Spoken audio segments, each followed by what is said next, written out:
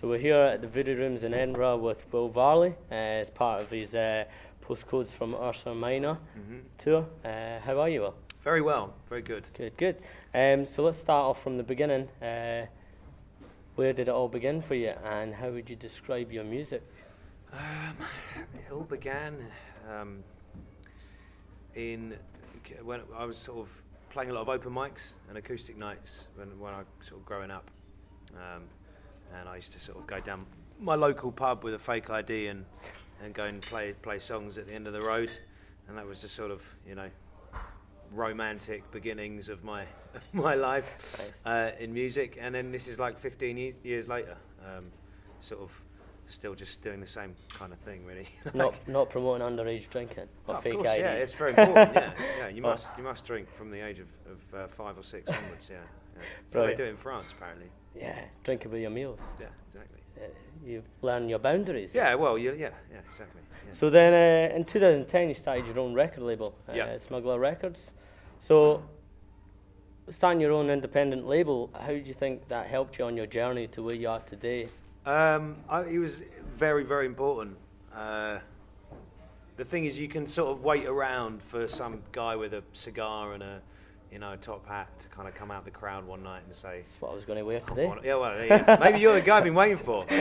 Maybe. And sort of say, "I'm going to make you a star, boy." And I think that probably does still happen, but certainly not to people like me.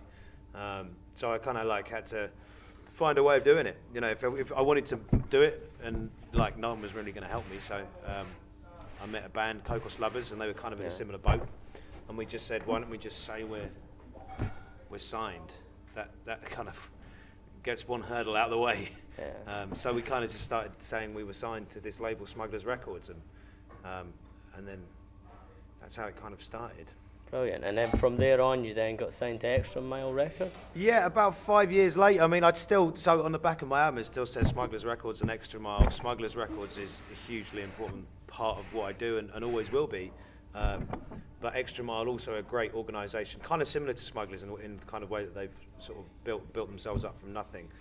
And so, they're just another great group of people who kind of wanted to get involved and give me a hand with things. So I think generally in this kind of thing, it's always good to have as many people as possible kind of on your side as part of your team, It's better than being alone. So you still bouncing the two off each other? You still working in Smuggler Records? Yeah, absolutely, yeah. I mean, obviously touring a lot and kind of, haven't got a huge amount of time to sort of I used to run the website for Smugglers and bits and pieces like that. I don't have a lot of time to do that anymore, but certainly Smugglers is hugely important to me. We notice you've also got a few of your regular faces on Extra Mile Records. How does it feel working with a growing roster of great artists? Yeah, it's great. I mean, it's said a lot about a lot of different things, but with Extra Mile, it's very true, and it is a kind of very much a family. Everyone looks out for each other. Everyone kind of tours with each other. We just got off tour with Frank Turner and Skinny Lister were doing the kind of main support, who were also on Extra Mile, and I was opening up, so it was very much a sort of Extra Mile show, the whole thing, and that's kind of how they do everything. Everything's kind of interconnected, and it feels really good. Brilliant. So then in 2015, you supported Frank Turner and the Proclaimers. Yeah. Scottish interest there. Absolutely, laddie. So how did it feel for you breaking into supporting, playing with such big audiences? Yeah, weird, really weird, strange. Yeah. Literally 15 years of playing to under maximum kind of 50 to 100 people, and then suddenly to sort of walk on stage. The first real one was the Winchester gig with Frank Turner. He did a homecoming show, Valentine's Day, a couple of years ago, and it was just a really terrifying actually experience, walking on stage and just seeing this kind of endless room of people, but also very exciting. It's kind of what you always want to do, and you think it's never going to happen, and then suddenly there you are walking on stage. And then did the Albert Hall with Frank as well, which is another kind of incredible, but also slightly terrifying It was a sellout experience. show as well, I believe, right? Yeah. So yeah, I mean, things like that, and obviously doing the Proclaimers. I mean, the different so those shows were kind of one-off, and then I did the tour with the Proclaimers, and it was like every day, every night you're playing to like 1,000, 2,000 people, you know, and it was quite funny, like, and you know, the Proclaimers, amazing guys, and had an amazing time with them, and then like so. We were on the bus in Germany, and Dougie does the tour management.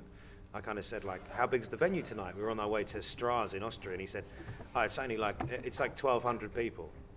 And I said, oh, that's kind of small. And he went, oh, too small for you now, is it? You know. But in my head, 1,200 people is suddenly having done 3 months of like 2,000 people a night. 1,200 is like, that's easy. It's like, I can do this now. Yeah. It's ridiculous, you know.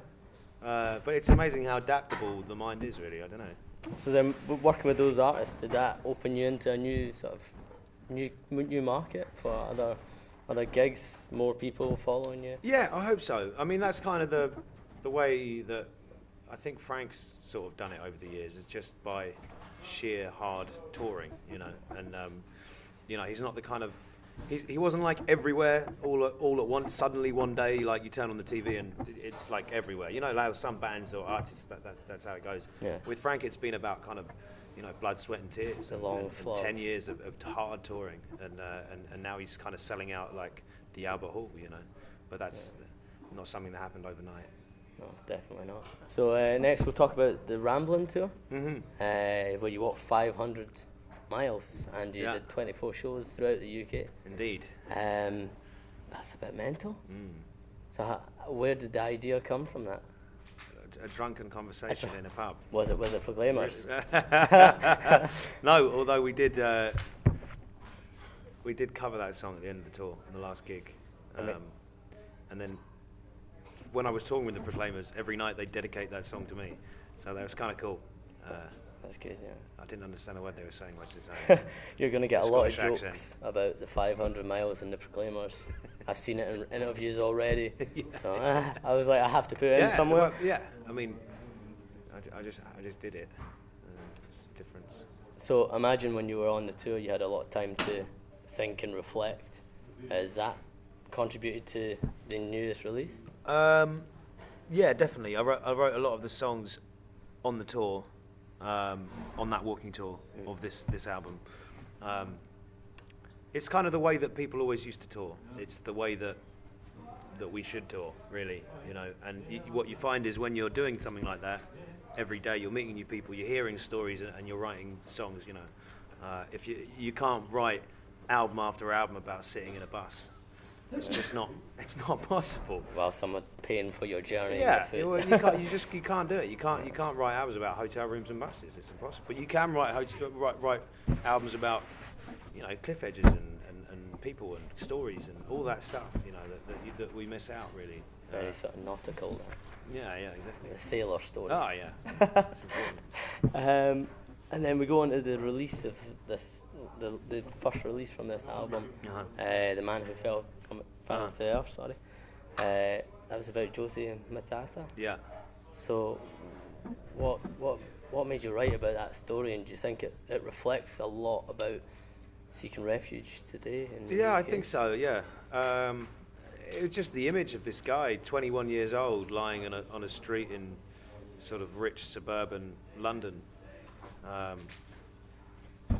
from Angola, just lying there on the ground next to these sort of, you know, mansions. There was just something in that picture that to me just kind of summed up the whole conversation. I mean, the song is incredible, and the words to it. I mean, every time you listen to it, you hear something else. Right, cool. And it's one of these shivers up your spine. That's very kind to say. Thank you. As for the video as well, the marble. Video. Yeah. How long did that take to do? It took me a long time. Yeah. Is it in your house? Yeah. My girlfriend got quite annoyed with me for having these endless kind of cardboard structures everywhere. She couldn't walk around the house, you know. Should have had her ducking stepping over. Yeah, exactly, ducking over. But yeah, I mean, it took me I think they were up for about 4 days, and then took them down. It was nice. Nice few days. But I think, you know, when you're telling a story like that, you've got to be careful. You know, this is a real guy whose life ended not that long ago, you know, a few years ago, and you can't sort of, if you're making a piece of work about that, you can't take it lightly, you know. No. So there was a lot of conversations about the video and which way to go, and that was what I kind of came up with that idea. To me, there's something about that sort of fits with the song. Yeah. Do you think that with singing about it, you're actually reaching out to an audience that might not know about him, so you're telling his story and well, I think the thing is, keeping his it's legend like alive? the way I've always seen it. I don't really see like, for me, like I just write songs about if I'm upset, if something's kind of like stuck in my head, or if I'm worried about something, or if I'm happy about something, or whatever it is. That's when I write. I don't really worry too much about the effect the song's going to have. Yeah. You know, I think I'm not sitting there writing this song hoping that it's going to change anything, or because that's not really. You know, that's not what I want to do. I just write songs for quite a selfish reasons. You know, I write songs for me. Yeah, just get off your chest. Get off my chest, exactly. But if that in turn helps me or kind of, you know, starts some cogs moving in someone else's head, that's great. But it's not what I set out to do. Do you know what I mean? Totally. So we're now on the second day of the UK Day 2, tour. yeah. So you've got 5 sold out shows already. Yeah, I believe, indeed. right? Yeah. So how's the tour differing from the last few that you've got? The last few have been these kind of like big support tours. So it's really nice actually with these gigs because you get a lot more time on stage. You know, you go from instead of like 25 minutes, half an hour, you get an hour and a half. You know, so you got more time to talk. You got more time to, you know, get to know the audience a little bit and like. Yeah, it's nicer to be able to do it that way, in some way, in terms of like the show, but in terms of, you know, obviously it is incredible to play in front of thousands and thousands of people. So there's sort of give and take. Yeah, exactly. they're two different beasts in a way. You know, they're different jobs. I think I couldn't tell you which I prefer. I like them both for different reasons. Yeah. So where are you looking forward to like playing next on the tour? It's a one location that really. Not really. I kind of like, you find when you're touring like this, everywhere kind of sort of blurs into this strange, big, drunken night out. Big drunken follow your feet. Yeah, I mean, I love it all. I like you know, there's certain places which have a real music kind of like. It seems to be in the culture of the city, you know. Certainly, you know, Glasgow and Edinburgh definitely have that. Yeah, you got King Tut's. That's incredible. Exactly. Yeah. I mean, you know, up here it seems like live music really fucking matters. You know, if you go down to Leeds, Manchester, Bristol, Nottingham, you know, these places, live music is so much in the kind of fabric of the city. Yeah. So they're always good fun to play. But equally, I love playing at my local in Deal, the Lighthouse, you know. It's always a good night. Is that where you did the album? Yeah. Live in the Lighthouse. You've also announced that you're going to be doing a European tour with Frank Turner. I've just done it, just finished it, yeah. Just done it. And you're going to do Skinny Lister tour as well. We're going to America in a month, with Skinny Lister. Is that a big deal for you? Is that? Yeah, it'd be amazing. I can't wait for it, but at the moment I kind of can't really compute it. You know, like, there's like this tour at the moment that is about to occur, so it feels like a million years away. Next year over the seas, doing it big time again. Looking forward to it. And then finally, last, what's next for you? It's a big question, but maybe festivals. Well, hopefully a burger and a pint of Guinness. Burger and a pint of Guinness. I'll get you a Guinness. Deal. Yeah, I mean, you know, I've got some loads of festivals and more tours this year coming up. I mean, America, obviously, the next thing after this tour. But yeah, just keep on playing as much as possible, and you know, if people keep coming to the shows, then I'll carry on playing. Playing. And when they stop coming, then I'll go and live in a lighthouse somewhere and. Drink vodka with a cat. Yeah, with a cat, exactly. Sounds brilliant. Okay, well, get your pint of Guinness and your food. Sweet. Thanks Thank you guys. again, Will. Cheers.